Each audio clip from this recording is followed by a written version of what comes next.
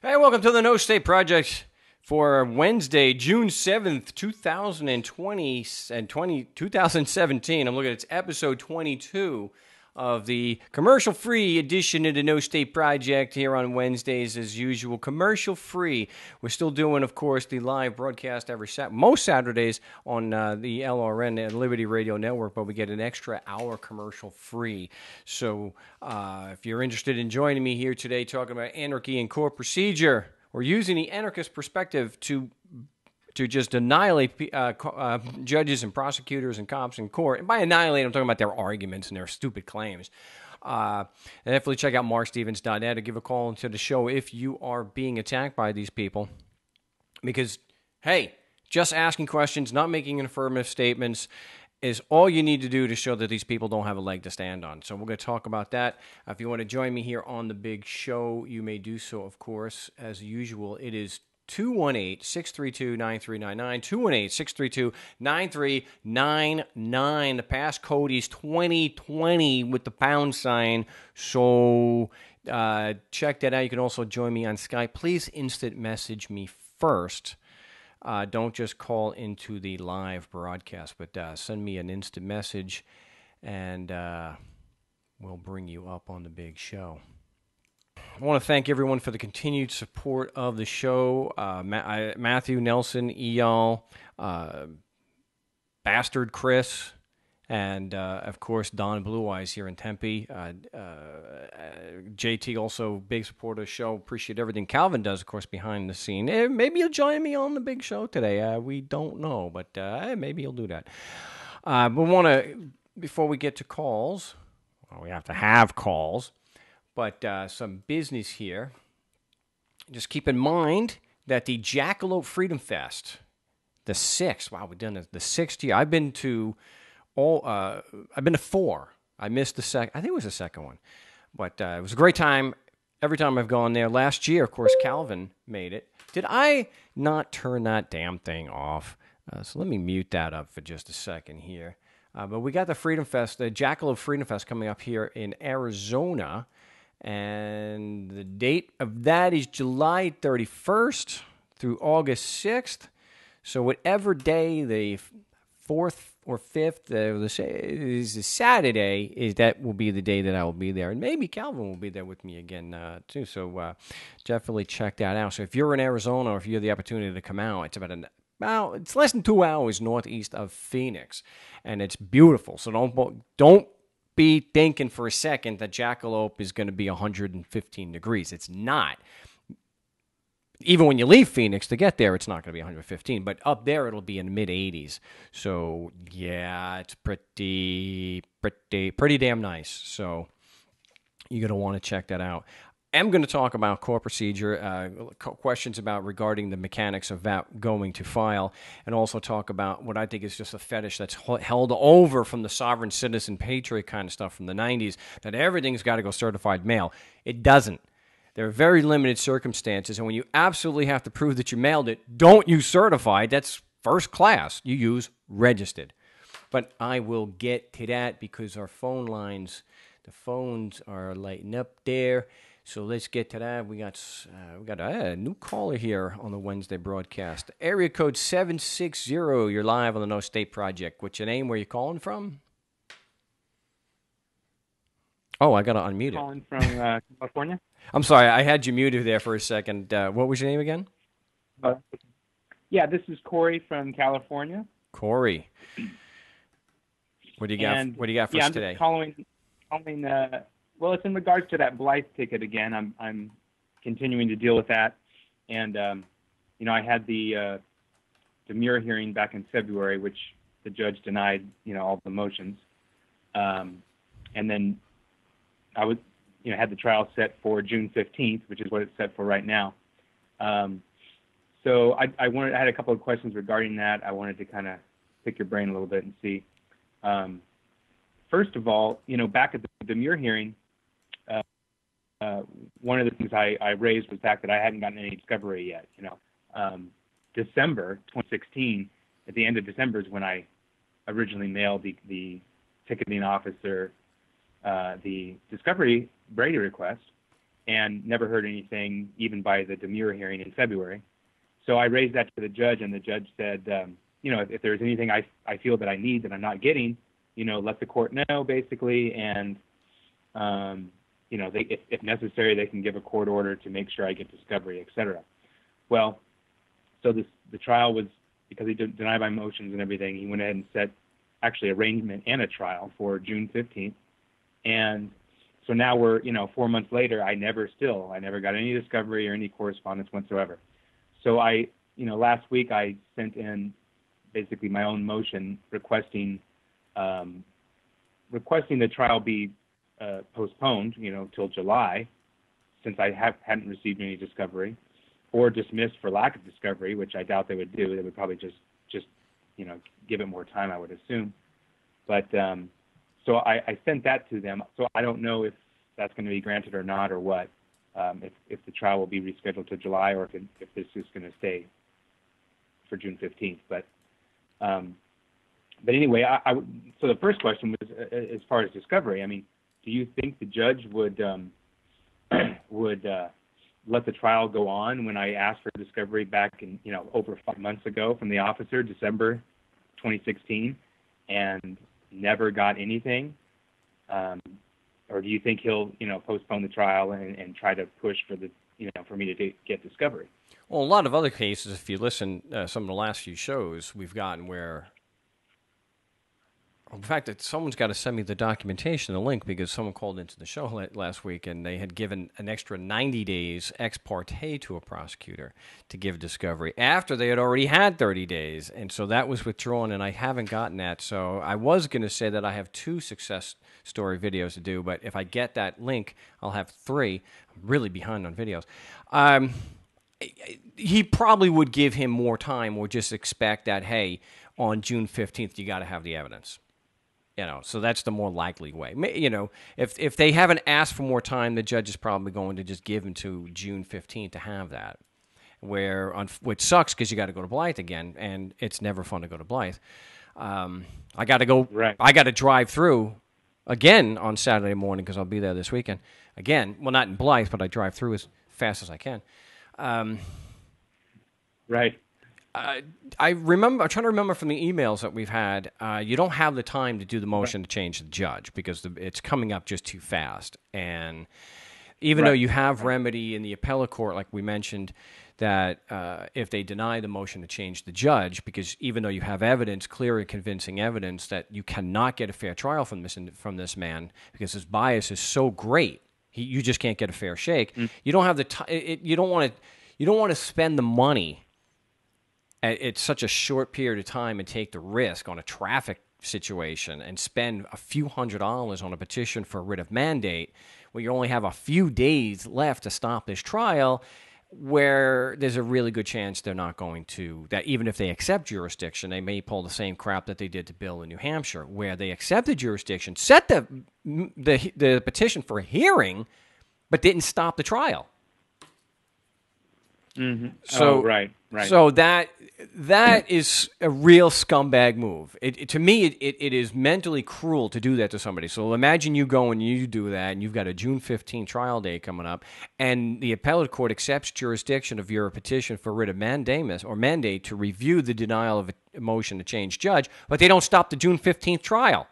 They set it for a hearing for, let's say, July 1st. Like, why? It makes no sense. It's just it's cruel. It's like giving somebody who's starving plastic fruit. Here you go. So you get that momentary, and oh no, it's like Lucy pulling that damn football away. Right. I see what. Yeah. So yeah, I see what you're saying on that. So the motion, I know it goes to the same guy. Okay, but you don't really have a choice here. But the file, I think I put in there the motion to dismiss for prosecutorial misconduct. Yeah, and I am planning on sending that. Just to make sure I understood what you said correctly, though, a few minutes ago you were saying, yeah, they'll probably just go ahead and give, whoever, the cop, prosecutor, whatever, they'll probably just go ahead and give them more time till June 15th. Well, did you mean like beyond June 15th? No, I think they're probably, unless the cop asks for more time, he's probably not going to give more time. He's probably just going to expect that the cop is going to have it on June 15th. He could, on his own motion, just decide, well, I'll give the cop more time. But that's kind of a rare thing. I don't see that happen very often. I can't even remember the last time something like that happened. Okay, so are you saying then that if I show up on June 15th and the cop, and obviously I didn't get discovery, and the judge has my motion for asking for discovery from June 3rd, are you saying that there's a chance that the judge might just dismiss the case because the cop never brought discovery? There's a good chance that he could. Okay, we've had that happen before. Now, given the history of this particular situation, it doesn't sound like the cop is probably going to show up on the 15th anyway. Well, that leads me to another question. That's another question which I really want to ask for sure before we run out of time. Because the cop is, last I checked, he is now stationed in Palm Desert, and so that's like 100 miles, almost a 2-hour drive away. So talking to you last time, and I was hoping the same, that the cop won't even show and this thing will just be done. But I want to tell you this: I think it was last week, I wanted to try to verify that and try to find out. So I kind of casually came up to a Riverside County Sheriff's out here in Palm Desert, right? And, he was just, I was kind of asking for, not an official, obviously an off-the-record answer. So I was basically trying to get some information from him off the record. So I basically asked, hey, how this stuff normally works. Obviously, I know you guys show up for trial when you have your tickets, et cetera. But I said, hey, what if, the officer who gave me the ticket, he was stationed like in a different branch, 100 miles away. He wrote the ticket. He's now transferred. He's now 100 miles away. Do you really think he's going to go to that, that much trouble and everything to go for a basically a fix-it ticket, traffic deal? And, he kind of smirked. He realized, he's like, oh, I see you're just basically trying to get out of the ticket, right? And I was like, well, I'm just trying to see what the options are, And so he basically said, he's like, don't count on the cop not showing. He said, we have ways, okay? Now, one thing he said was, we can do it telephonically. He said, if we do have a hardship in order to get there, it's so, a great of a distance or whatever, if we do have a hardship, there are other ways. He's like, we can do it telephonically. And I was like, telephonically, well, it seems kind of weird how I would be able to cross-examine him and confront my accuser over the phone. I mean, it just seemed like it wouldn't be the same as him there in person. But he did say telephonically that was a way. And then he didn't want to really give me any other information. But he did say, basically we have other ways. We have other ways. Yeah, well, what's interesting is a few things that where he's saying that you try two things I want to address to get out of the ticket. Let's see. You filed a discovery request 6 months ago, right? Right. Who's trying to get out of what? You've timely responded to his ticket. You've timely responded. You've made your appearances. Regardless of how bad the judge was, you've been there. And you're just trying to get out of it. Okay. The other thing, too, is telephonic. Yeah, absolutely. They could do telephonic hearings. They just don't like to do it for you and me. Because, again, it's a lot more difficult and a lot less effective to threaten somebody over the phone than when they're right in front of you. And that's why. So the cops, they'll let the cops do it telephonically, but they'll fight you tooth and nail. I mean, you got to make some kind of, we've only got it, not only, but it's helped that the person I'm working with is a combat vet and is disabled. So when they see combat, Marine disabled, then they roll out the red carpet and they can do it telephonically. Do you know that what's this sheriff's officer's name? I would imagine that if the police officer was doing it telephonically on June 15th, that he may ask for more time to provide the evidence, which he knows isn't there. And I would suggest this. When they say they need more time, which is very common, we know we have a friend up in Connecticut with the fishing. Now he was Chris in Connecticut. He had his withdrawn after the judge and the prosecutor had some ex parte communication, which is kind of a big violation. They withdrew.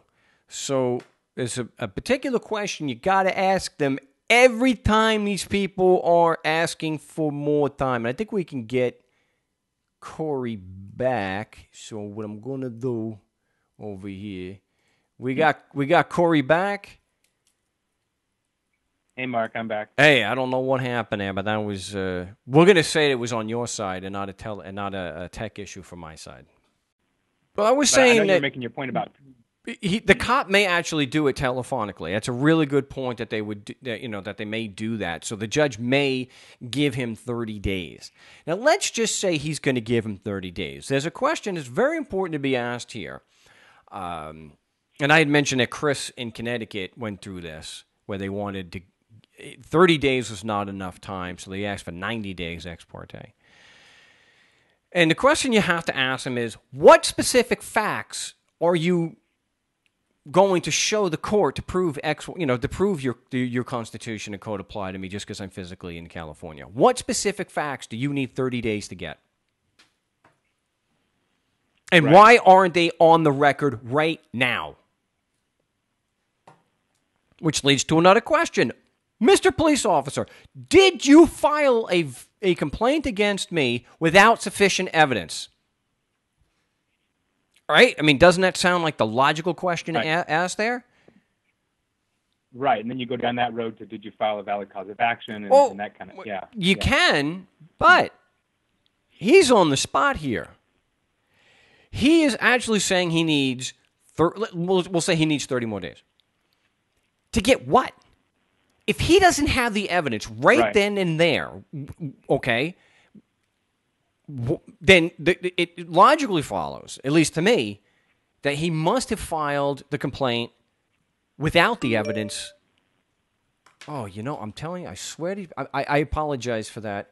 But to me, that's because everything the police officer has, he's probably already filed, which is just a police report and a complaint, right?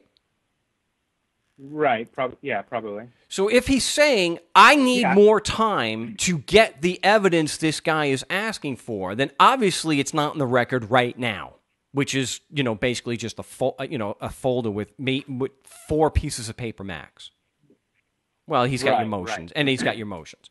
But his input with the complaint is very small here. This is not a real crime, so it's just basically an allegation, and he's written a ticket.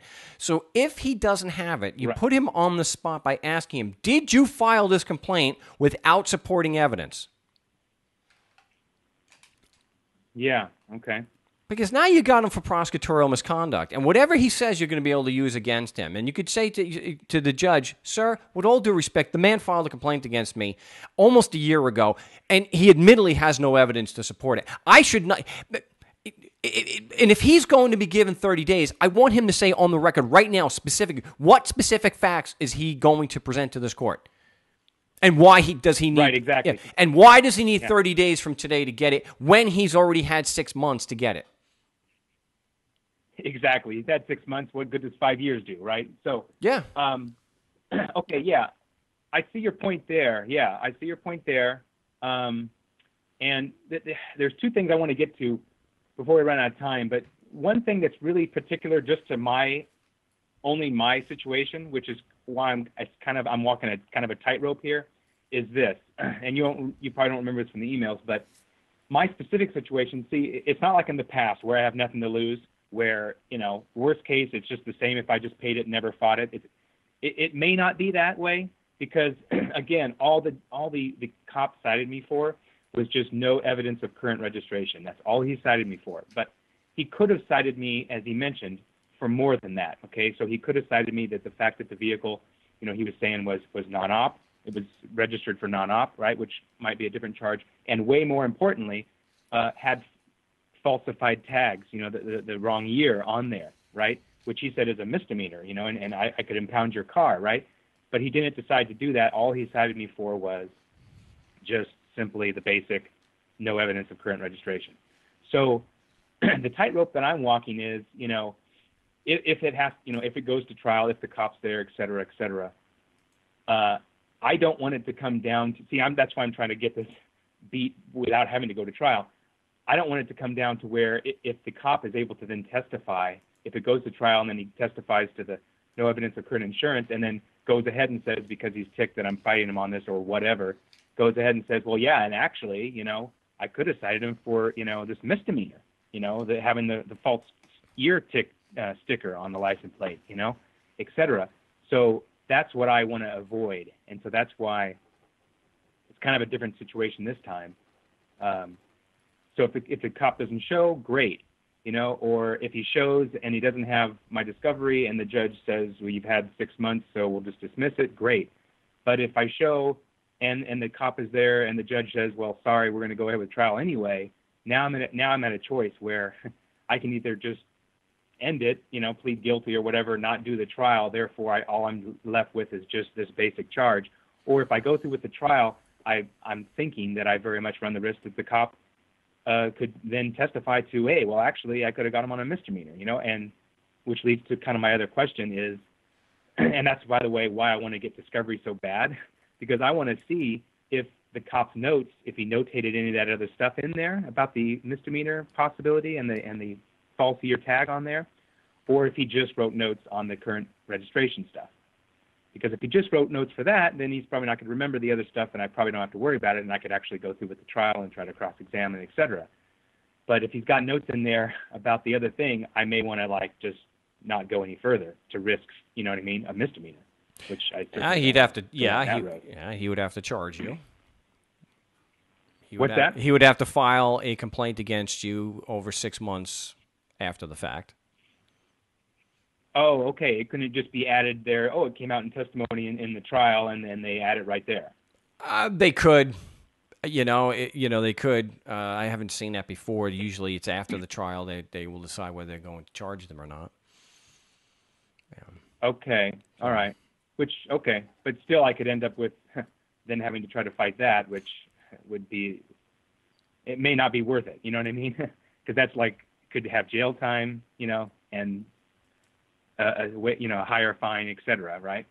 So, so basically what I'm hoping for is, I really actually want the discovery this time because of that particular situation. I want to know what the cop has notated and what he may or may not say, so I know which way to play that. So that's what I'm hoping is I'm hoping either that I put in my request to either dismiss for lack of discovery, because it's been over 5 months. If they don't do that, then I requested that, so I have time, if I get the discovery to actually go through it, I requested the trial be postponed until July, the end of July. I don't know if I'll get that or not, but that's what I'm looking at. And I'll wait to see, I'm checking with the court to see, once they get the motion and if it gets decided on before I have to actually go next Thursday to see how that goes, Well, get in touch with the clerk and find out. About. Yeah, the clerk should be able to give you a heads up of what's going on. Well, kind of. I talked with her. She doesn't know what happens in the. Yeah, she knows as far as when it'll be filed and when the judge can makes the ruling on that. So I'll check with her and I'll be updated on that. But so that's one of my other important questions was, can they, if this other misdemeanor stuff comes out in testimony, can they charge me with that? Which, as you said, they could after the fact, even, maybe just charge it separately or whatever. So that is a possibility. Keep in mind, it's over 6 months. It's over 6 months after the fact. So even the judge may be looking at, you want to file complaints 6 months after the fact? How reliable is that? You mean reliable of his memory or something? Yeah. Not only that, but now he's got an axe to grind because you've been filing for prosecutorial misconduct. You've been attacking his credibility from day one. Mm-hmm. So now you've got an issue of bias where it may be overly prejudicial. Look, you're just being a caught myself. You're just being a baby. You don't like that the guy took you to task and filed this and was accusing you of prosecutorial misconduct. So now you're going to come back like a baby and sit there, well, I saw this and I saw that. And I think I smelled pot. Yeah. Where were you? You were on a grassy knoll. Hey, he could start, accusing you of 100 different things. You're not the, Right. it's like, it's like someone who emailed me while, that the detail, I don't want to get into the details, but it was one of those things where they were at the, wrong place at the wrong time, and something bad had happened, and then the cops are looking at them. But here it could just be sour grapes. I know from personal experience, Right. and a lot of us can testify to this, police officers do not handle being challenged well at all. Especially when they can't use their gun to shut you up. When they're stuck on the bench, or next to the bench in the witness chair, and they can't just pull their gun out. They can't just pull their baton out and beat the living hell out of you. They can't threaten you with contempt of cop. So it drives them crazy because they're not in control of the situation. They started something in control, and now, because of their process, they have to put you in charge, at least as far as the questionings and the part of the procedure, and they can't stand it. So the guy's crying sour grapes. Yeah. 7-8 months after the fact, sir, the guy doesn't like the fact that he doesn't have a leg to stand on, and now he wants to start piling on other charges. Hey, why don't you just accuse me of the Kennedy assassination, and while you're at it? Yeah, right. Well, I see your point because, my first thought was, well, no. I mean, I'm in there today. I'm on trial for this charge, the one he decided to that day to cite me with. He decided not to cite me with the others. So what are you adding stuff after the fact? That was my first thought. But then my second thought was, okay, but what's the only, according in their minds, what's the only evidence they have of even the thing he cited me of? Well, not really the ticket. The only quote evidence they have is his witness testimony. And so then I'm realizing, well, but if his witness testimony now also includes the misdemeanor stuff, maybe they would then accept that as well. That's his testimony too, and add that in there too. I'm not really sure how it would work. I just know that that's a risk, and that's why I'm trying to be really careful. Yeah, and that's why what we're doing is we're not attacking the merits here. We're going, because the merits are completely irrelevant until you can show that there's jurisdiction and a valid cause or case of cause of action there.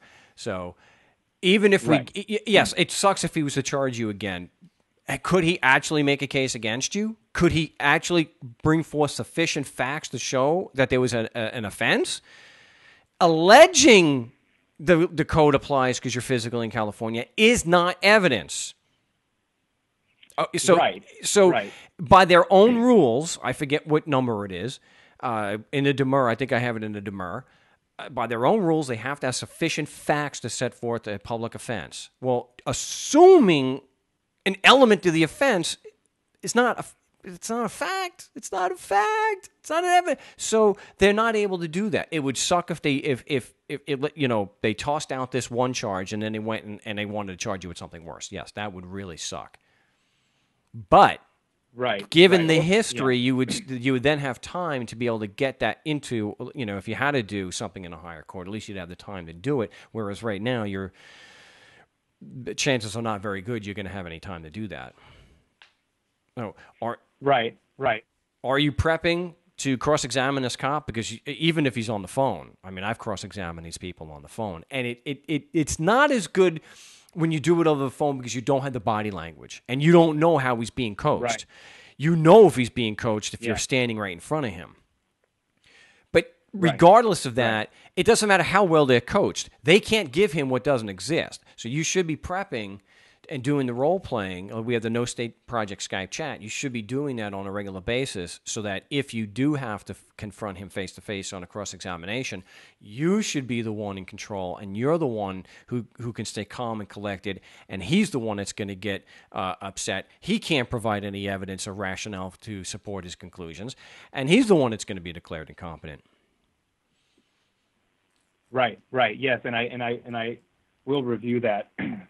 The questions for cross-examining the cop and stuff if it comes to that. But again, like you were saying, it would suck, but they might be able to add the misdemeanor charge after the fact. And of course, if they were, then yes, I could challenge it with the same approach I've done so far. But it's also a possibility that just like they could just continue to deny that and go ahead with the trial anyway. They could do that the same, even on the more serious charge as well. So, I'm not sure how much hope there is with that. But all right, know this. I was just going to say, you have to keep in mind that you can always make your objections and show and get them to deny effective cross-examination. You can always do that. Mm-hmm. Bill testified to it, and yes, I'm telling you, everyone's going to be worth it. I'm still working on that video with Bill. We have the audio posted, but I have a video that is going to go with it. That's going to it's going to be a hell of a lot better with the graphics and everything we're citing. But you got to do the role playing. We're actually doing. There's going to be a role playing. There's a No State Project Skype chat. They're going to be doing role playing after the show again. They usually do. I cannot get anyone manually into it. You have to go to the website, markstevens.net. You have to hit the link to get into it under upcoming events. I have to clear out because we have 330 people in there now, and I can't bring anyone in. I have to clear out some accounts, but definitely start to do that. Okay. Right. Okay. I hopefully. Well, and sorry. Yeah, and two other things. Then I wanted to just tell you so you know kind of what happened with as far as the judge and stuff. So obviously I have this risk, and I'll see how things play out. You know, again, I'm hoping that it'll be rescheduled to July, so I have a little more time, and then so I can actually hopefully get the discovery, so I can really know if the cop has, you know, this other misdemeanor stuff in there or not. But anyway, I'll see how that works out. But the two other kind of things I wanted to tell you about what happened at the Demure hearing was regarding conflict of interest and regarding what the judge basically was kind of his demeanor most of the time. Because basically at the Demure hearing, you know, he started the whole thing off with saying, okay, you know, I got your motions, you know, I've read them thoroughly, you know, a couple of times, and basically I'll tentatively tell you that, you know, I don't find any basis for them, but if you can tell me something that's different than what's in those now, then, you know, I'll be more than willing to listen to you. But that's how he prefaced the whole thing, right? So I was a little bit thrown off, and it wasn't. I don't think I did so great because it was like I couldn't just ask my setup questions like I had planned and go through each point in the Demure because he had already basically told me tentatively he doesn't find any basis, but if I can tell him something different, you know, he'll listen, right? So, but basically what I just kind of focused mainly on was, again, okay, well, what evidence has the prosecution provided to prove jurisdiction and to give the court jurisdiction so that they can proceed against me, et cetera. And, you know, I asked it in a few different ways and a few different times. And the judge basically just continued to come back with basically the idea that, and this is probably nothing new, but basically that, you know, all that's required right now, this is not trial. He even asked me, what, do you think you're on trial today? Well, no, but, you know, I explained the same thing again. In order to even have these hearings, you know, there must be evidence of jurisdiction, which I'm looking for. I want to see the prosecution's evidence that they've provided, if they have. And so he basically just kept coming back to the same idea that it's just an allegation at this point, you know, and it's been properly alleged, you know, that kind of an idea. He said, you know, I've looked at your citation, you know, it's a citation that alleges you committed the offense, you know, under California law. It's a recognizable California law. It gives your name, date of birth, all that stuff, right? It occurred in Blythe, which is in the county of Riverside. So, you know, how does that not give the court, you know, jurisdiction? You know, he kept just coming back to that same line of reasoning. Yeah. Well, when they say something like that, what you want to do is you want to question, though. And I don't want to run out of time. This is important, so I want to be able to address this. When they say something like that, you can. When he says that he finds no basis, whoa, objection. Are you saying that the prosecution has submitted sufficient facts to constitute a public offense? Because I'll have this in the video. Yeah.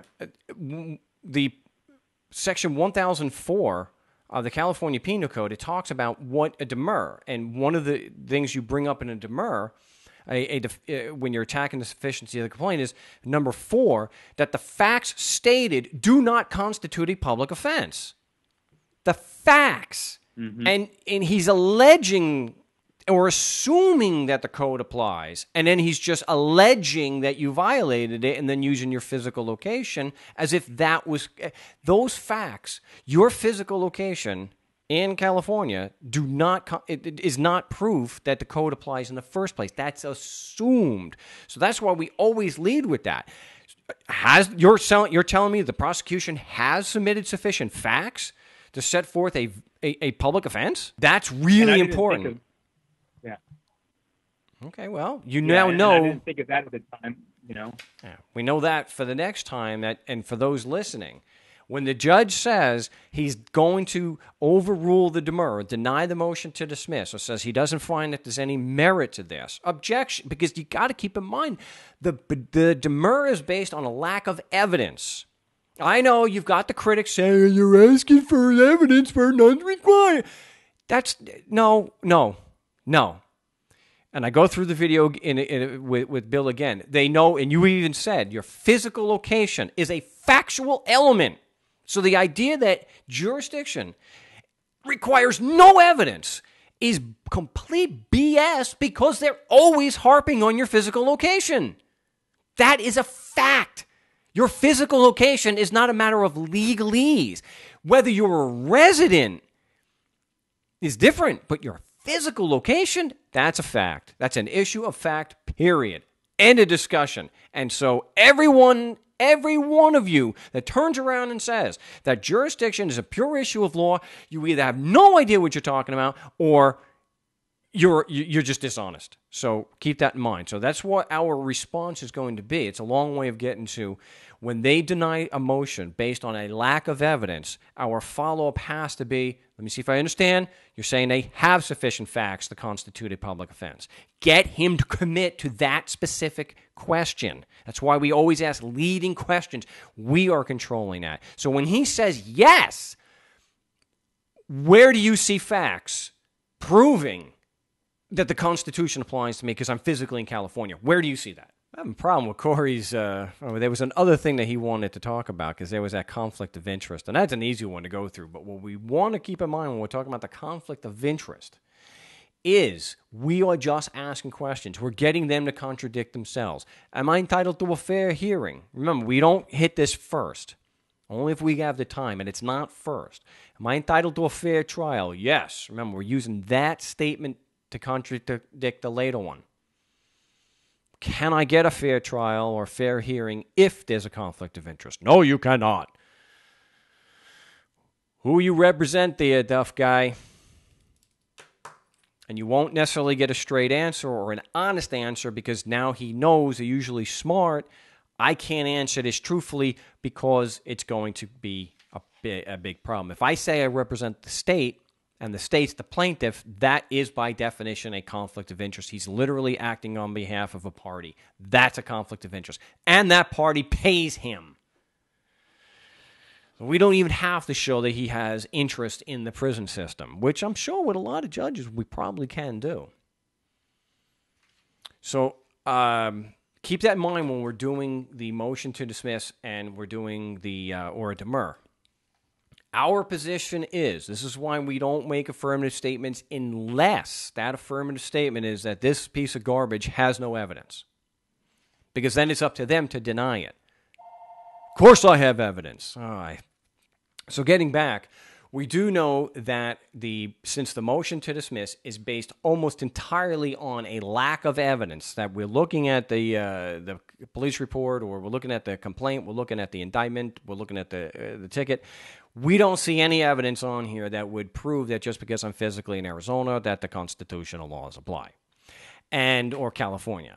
And since that is essential to there being an actual public offense, a malo prohibita meaning it's only wrong because a politician said so. So that it has to apply in the first place to constitute a public offense. That's just basic common sense. I'm so sick of hearing, well, you don't have to prove that. Their own rules say that. Plus, you have to keep in mind, it's like the Irish my people didn't want the English off their island because they didn't like the text of the laws. They didn't see them as legitimate. They didn't want them there in the first place. They're like, look, the whole idea of government is unethical, it's immoral, and it's contradictory. And that's what we're doing. But we're also showing that even according to their own damn rules, they can't be consistent. I'm going to read this again. I'll have this in so you can see, and I'll have it linked. It's section 1004 of the California Criminal Code. And it says the defendant may demur to the accusatory pleading at any time prior to the entry of a plea, when it appears upon the face thereof, either. I'm going to skip down to number 4 because that's the important one for our purposes here. That the facts stated do not constitute a public offense. How could it possibly be a public offense if you're assuming the single most important element of it? We don't have to. We have a prison system. I guess you're a bunch of damn crooks. Does not constitute a public offense. An allegation that you violated the law is not a fact. It's an allegation that has to be supported by facts. Now, it could be personal test. There could be eyewitness testimony, ear witness testimony. There could be, yeah. Then there's supposed to be some evidence, and it has to be rationale. But going based off of just a baseless, groundless non sequitur. He was physically here. That means our magical laws apply. But we don't claim they're magic. Yeah, you just say you don't have to prove it. Again, the facts stated do not constitute a public offense. So if the judge wants to turn around and say that he's going to overrule the demur, that's what we have to ask. Objection. Has the prosecutor, and just use the phrase right from Section 1004. Has the prosecution submitted sufficient facts to constitute a public offense? You got to know how to respond from there if the judge says yes, because he has to say that, because now otherwise if he says no, he's contradicting his own statement that he's overruling the demur. So he has to say yes. So when he says yes, well, facts are very stubborn things. There's a record. Well, there's not. Here, there's not. And he may say to you, sir, don't you have the ticket? Are you trying to tell me that the facts constituting a public offense are on this ticket? Tell me they're right here. You're going to have to point it out to me because I will plead guilty right now. Now.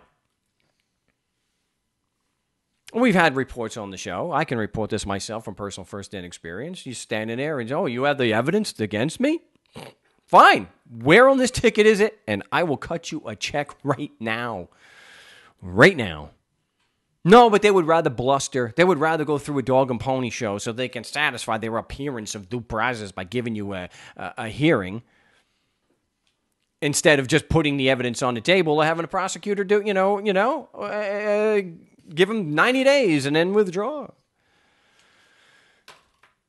That the facts stated do not constitute a public offense.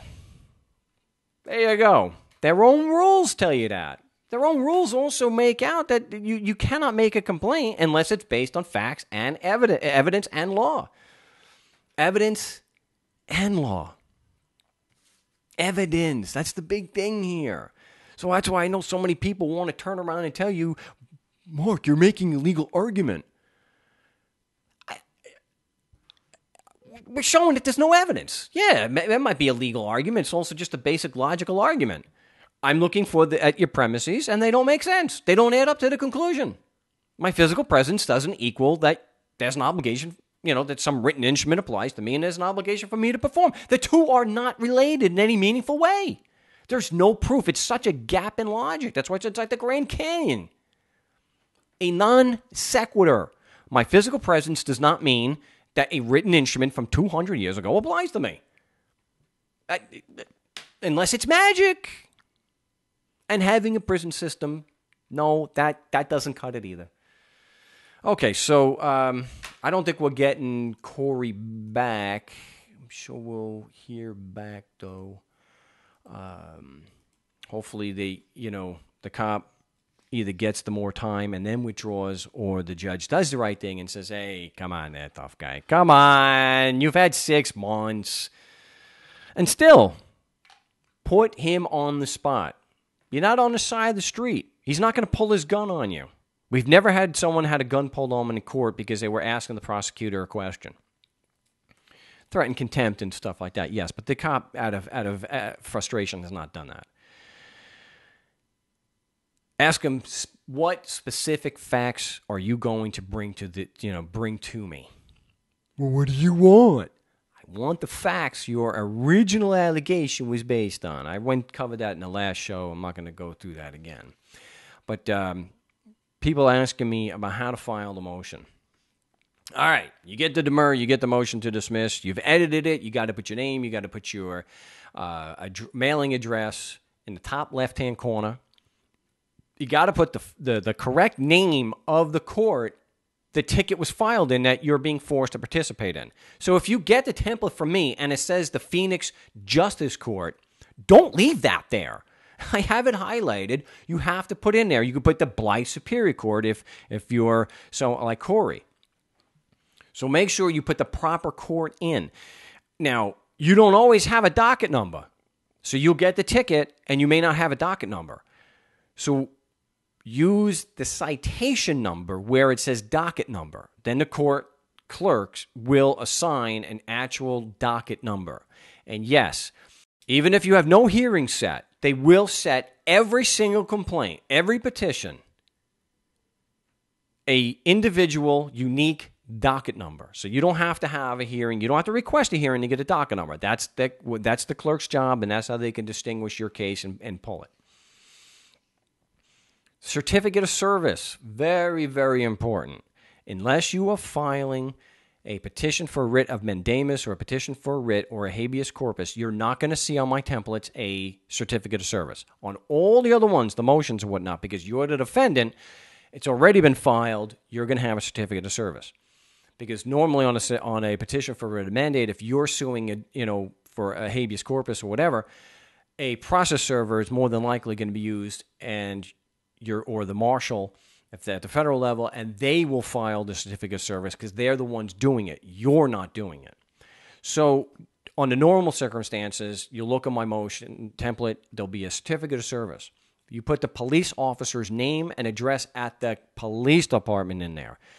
Unless, it's very important, if you know that there's a prosecutor, and you can go online, you can usually check out the docket number if you have one, and you can see if there's a prosecutor assigned. Unless you're absolutely certain, okay, you always send it to the prosecutor at the city or county attorney's address.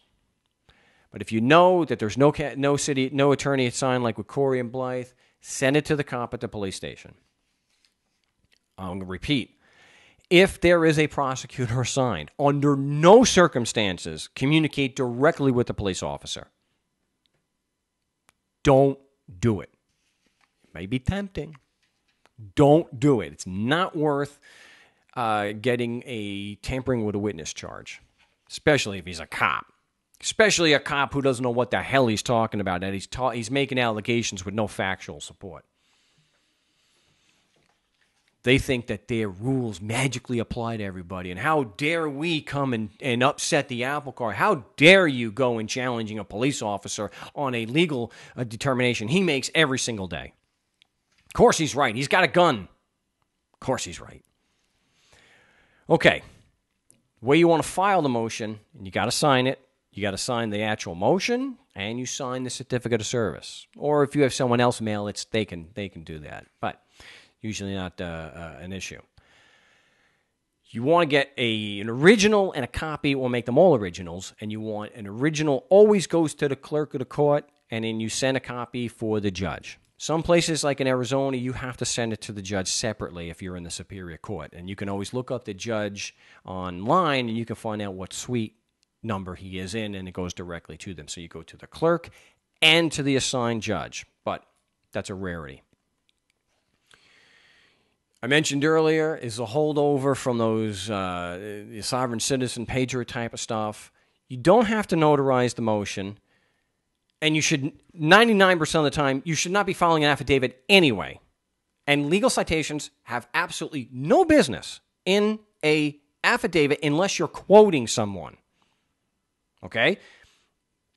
Affidavits are for facts that you have personal knowledge of. So unless the judge gave you a citation and was talking out of his butt, Don't do it. If you're saying that prosecutorial misconduct is arguing without evidence, and you give the Shaw case, the Robertus or whatever it is, don't put that in your affidavit. Just put in what the prosecutor may or may not have done. But you don't have to put the legal citation in there. And another thing, too, like I mentioned before, this whole thing about certified mail, there's nothing magical about certified mail. It is first-class mail with verification. That's it. If you absolutely have to prove somebody got it, send it registered. I know it costs a little more, but it carries a hell of a lot more punch.